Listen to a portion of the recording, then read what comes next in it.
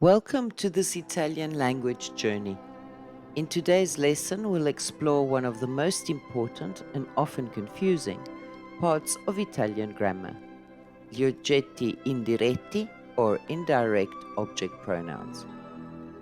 These small words, mi, ti, gli, le, ci, vi, and loro, are short, but they carry a lot of meaning. They allow Italians to speak more fluidly, replacing longer expressions like to me, to you, or to them.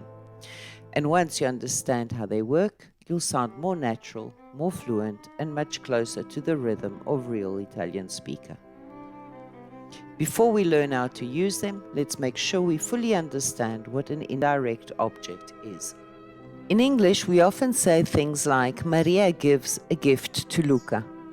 Here, a gift is the direct object. It's what Maria is giving. Luca, however, is the indirect object. He's the person receiving the gift. In short, the direct object answers what? The indirect object answers to whom or for whom. In Italian, the same idea exists. We might say, Maria dà un regalo a Luca. Here again, un regalo is the direct object and a Luca is the indirect object. But to avoid repeating a Luca all the time, Italians use a pronoun. They replace a Luca with gli. So, Maria dà un regalo a Luca becomes Maria gli dà un regalo. Indirect object pronouns are everywhere in spoken Italian. They appear in everyday sentences, in songs, in films, and even in simple exchanges like Mi puoi dire l'ora? Can you tell me the time? Or Ci mandi una foto? Will you send us a photo? Without them, your speech sounds incomplete or overly formal. By the end of this video, you'll not only know how to identify these pronouns, you'll know how to use them naturally in all tenses and in real conversations. In the next section, we'll look at each of the Italian indirect object pronouns one by one, their forms, their meanings, and how they correspond to English. Let's begin by looking at the Italian indirect object pronouns, their forms and meanings. Here's the full chart. Listen carefully to the pronunciation and repeat after me. Mi, ti, gli, le, ci, vi, loro.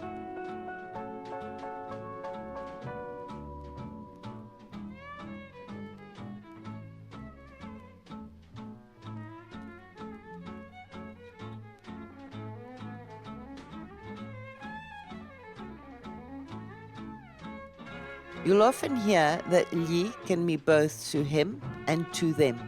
That's true. In modern Italian, gli has replaced loro in everyday speech.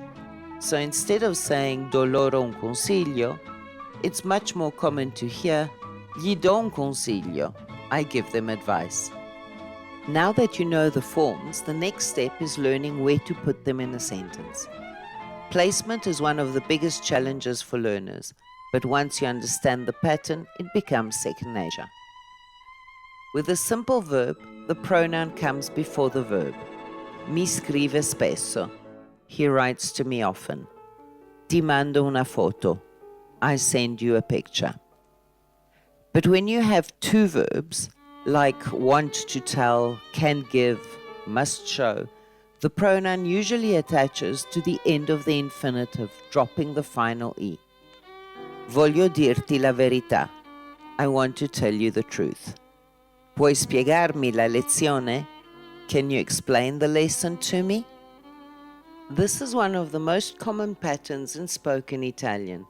If you remember just one thing, remember this. When there's one verb, pronoun goes before. When there are two verbs, it often sticks to the end of the infinitive. Some Italian verbs naturally take indirect objects. These are the verbs you'll use most often with mi, ti, gli, and so on. Let's look at some key ones. Dare, to give. Dire, to say or to tell. Mandare, to send. Scrivere, to write. Telefonare, to call. Rispondere, to answer. Chiedere, to ask. Regalare, to gift. Let's put them into real examples. Gli telefono domani.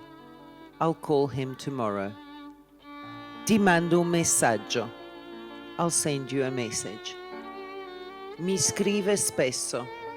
He writes to me often. Ci chiedono aiuto.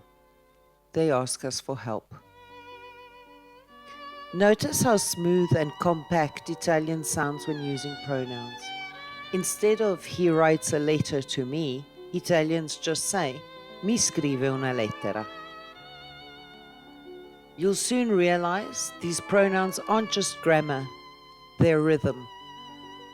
So far, we've used examples in the present tense, but what happens when we move to the past with tenses like passato, prossimo? Here's the good news. The placement rule stays the same before the auxiliary verb. Mi ha scritto una lettera. He wrote me a letter. Ti hanno mandato un messaggio. They sent you a message. And when using infinitives with compound tenses, the pronoun still attaches to the end of the infinitive. Avrei voluto dirti tutto. I would have liked to tell you everything. Remember, with essere and avere, the indirect pronoun doesn't change form.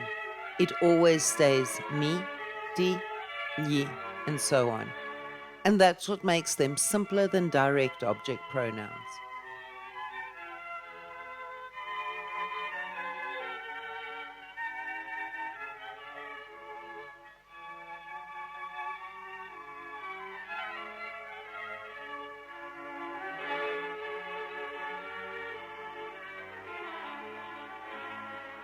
So whenever you form the past, you can relax.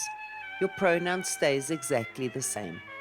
Now let's hear how indirect object pronouns appear in natural conversations.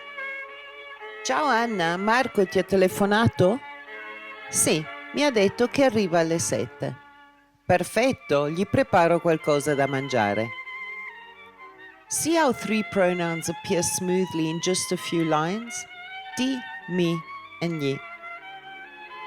Il direttore ci manda un'email ogni mattina. Gli rispondo subito. In just one exchange, we've used ci for to us and gli for to him. Hai dato il libro a Sara? Sì, le ho dato il libro ieri. Here, le replaces to Sarah. Simple, natural, and perfectly Italian. Even advanced learners often make small errors with indirect object pronouns. Let's review the most common ones so you can avoid them. Using the wrong pronoun for gender. Gli ho detto a Maria. Le ho detto a Maria. Gli is for masculine, le is for feminine. Forgetting to move the pronoun before the verb. Ho detto mi la verità. Mi ha detto la verità. Using loro in speech. Do loro un consiglio. Gli do un consiglio. Keep your ear tuned to native speakers. They'll almost always use gli for to them. Now it's your turn. Let's test your understanding with a short quiz. Pause the video after each question if you'd like more time to think. How do you say, he writes to me every day in Italian? Mi scrive ogni giorno. How do you say, I'm sending them a message? Gli mando un messaggio. Translate. Can you explain the rules to us? Puoi spiegarci le regole? Which is correct? Gli telefono or lo telefono?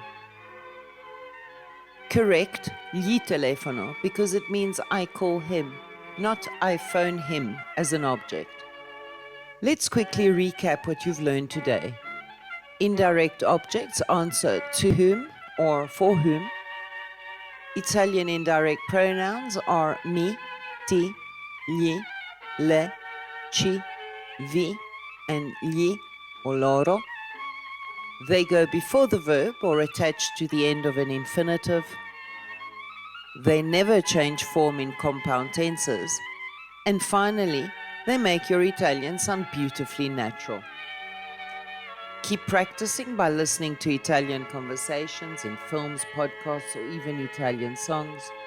Whenever you hear mi, ti, gli, or le, pause and identify who's receiving the action. The more you notice, the faster you'll internalize them.